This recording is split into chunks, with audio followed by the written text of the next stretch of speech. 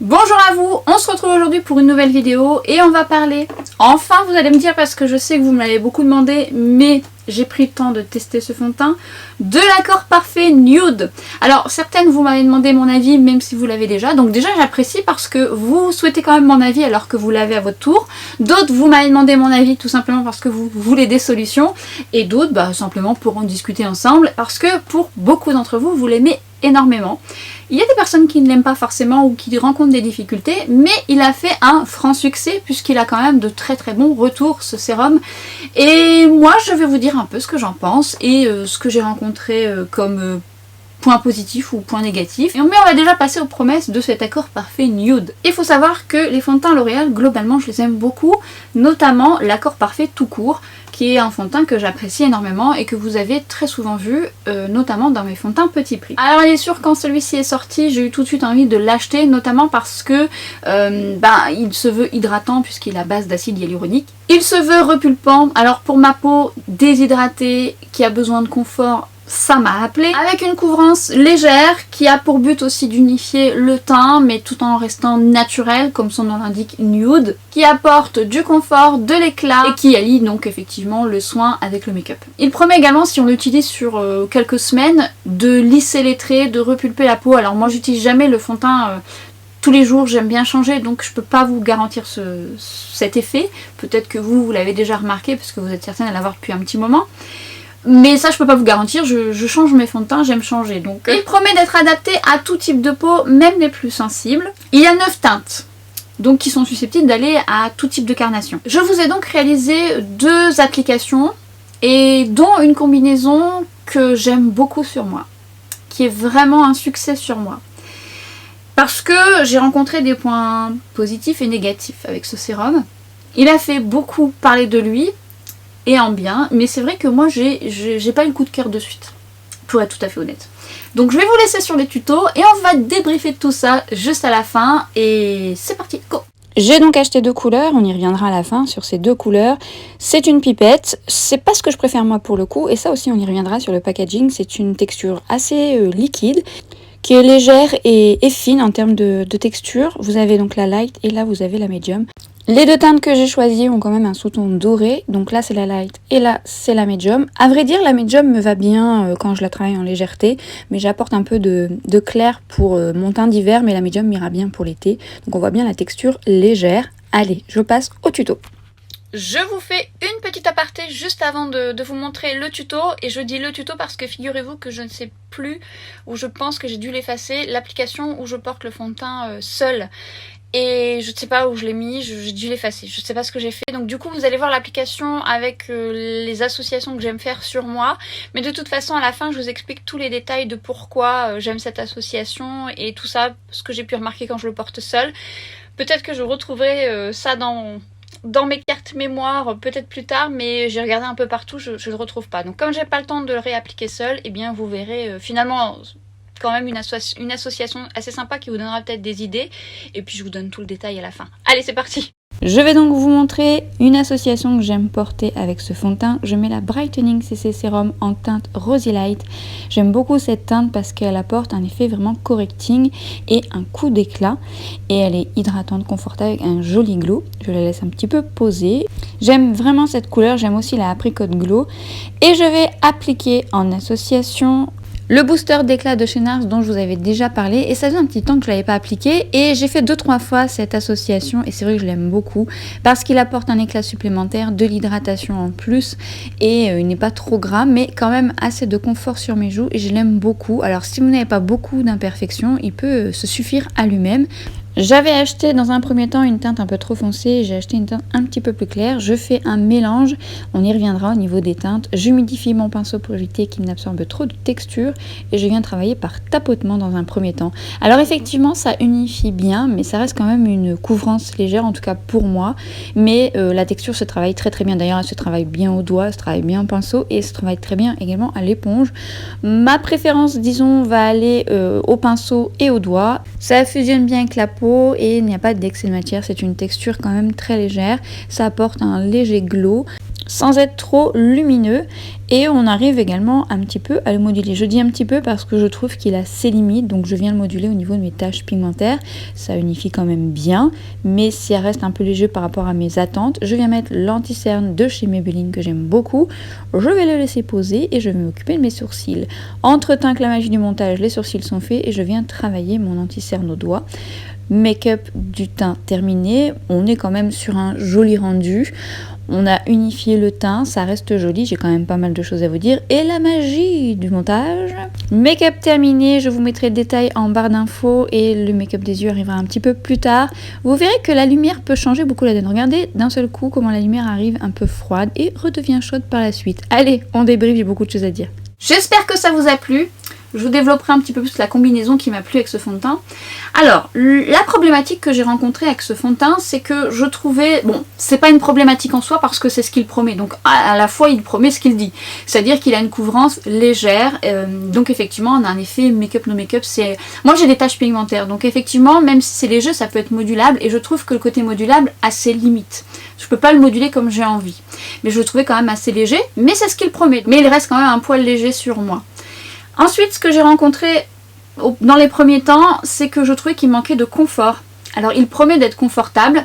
Je suppose qu'il peut l'être sur des peaux non déshydratées ou sèches, très sèches, bien que vous êtes quelques-unes à aimer ce fond de teint alors que vous avez une peau sèche. Donc, encore une fois, c'est ce que je dis tout le temps.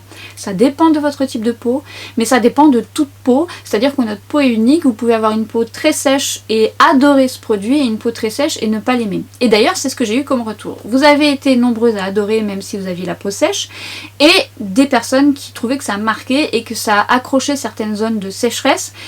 Donc il y a vraiment une multitude de possibilités. Il a quand même de très bons retours, donc c'est un fond de teint que je trouve assez intéressant parce que il est positif dans sa globalité. Mais moi personnellement, quand j'ai utilisé la première fois, je trouvais que voilà, ça me marquait un peu, que mes traits étaient un petit peu marqués et je trouvais que ça migrait un petit peu dans mes sillons, comme beaucoup, hein. C'est pas que lui, il y en a beaucoup de fonds de teint qui font ça, mais assez rapidement.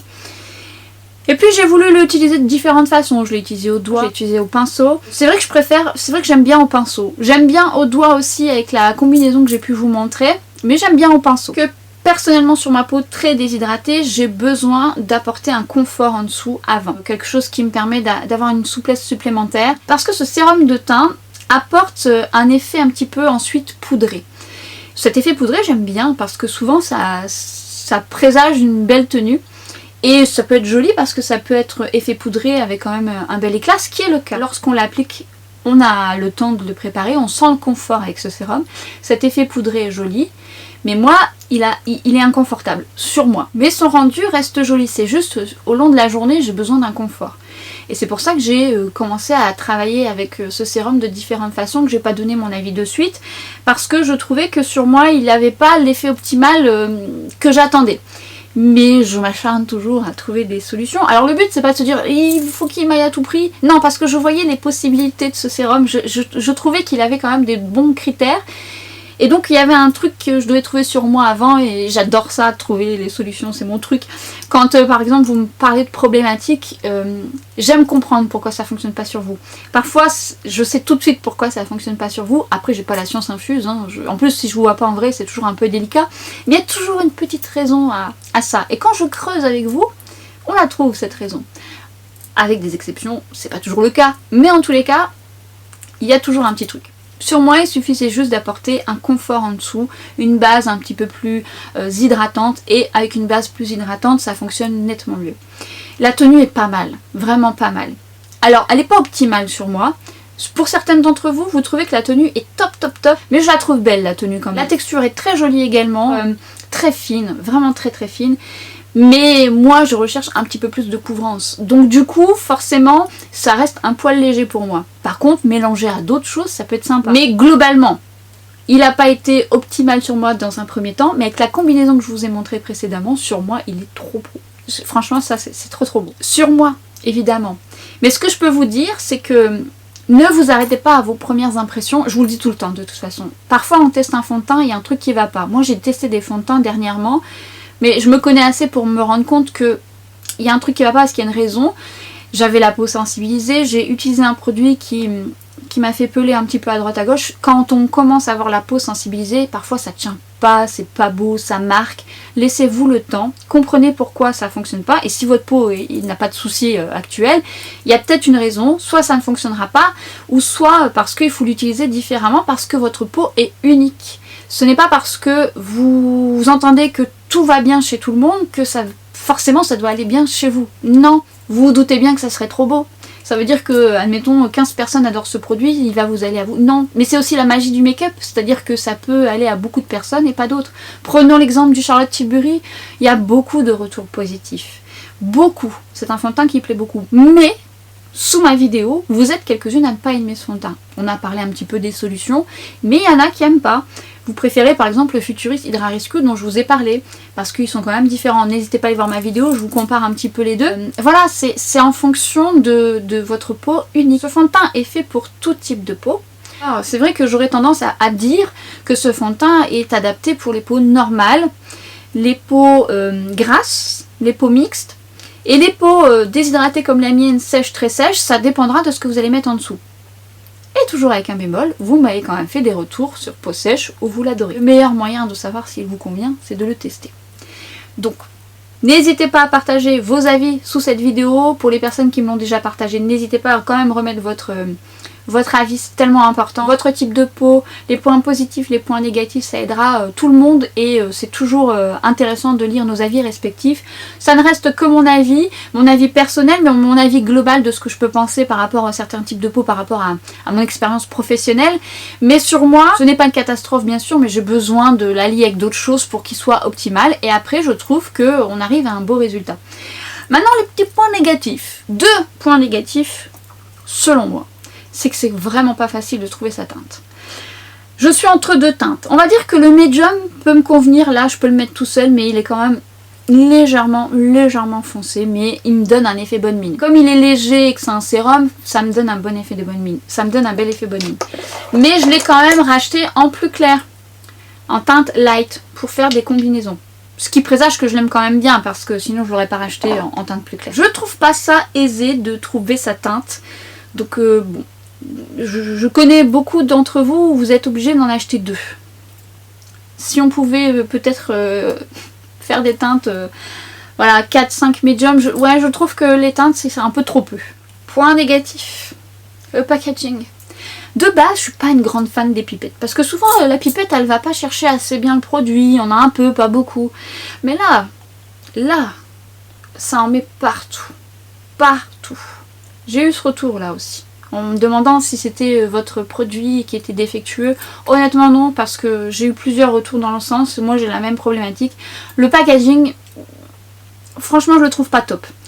Oui c'est beau d'avoir de la pipette comme ça, mais là il y en a trop partout et c'est vrai que j'ai tendance à ressuyer, ce qui fait que c'est pas très économe parce que ça vous fait perdre du produit que vous devez ressuyer, il a séché autour.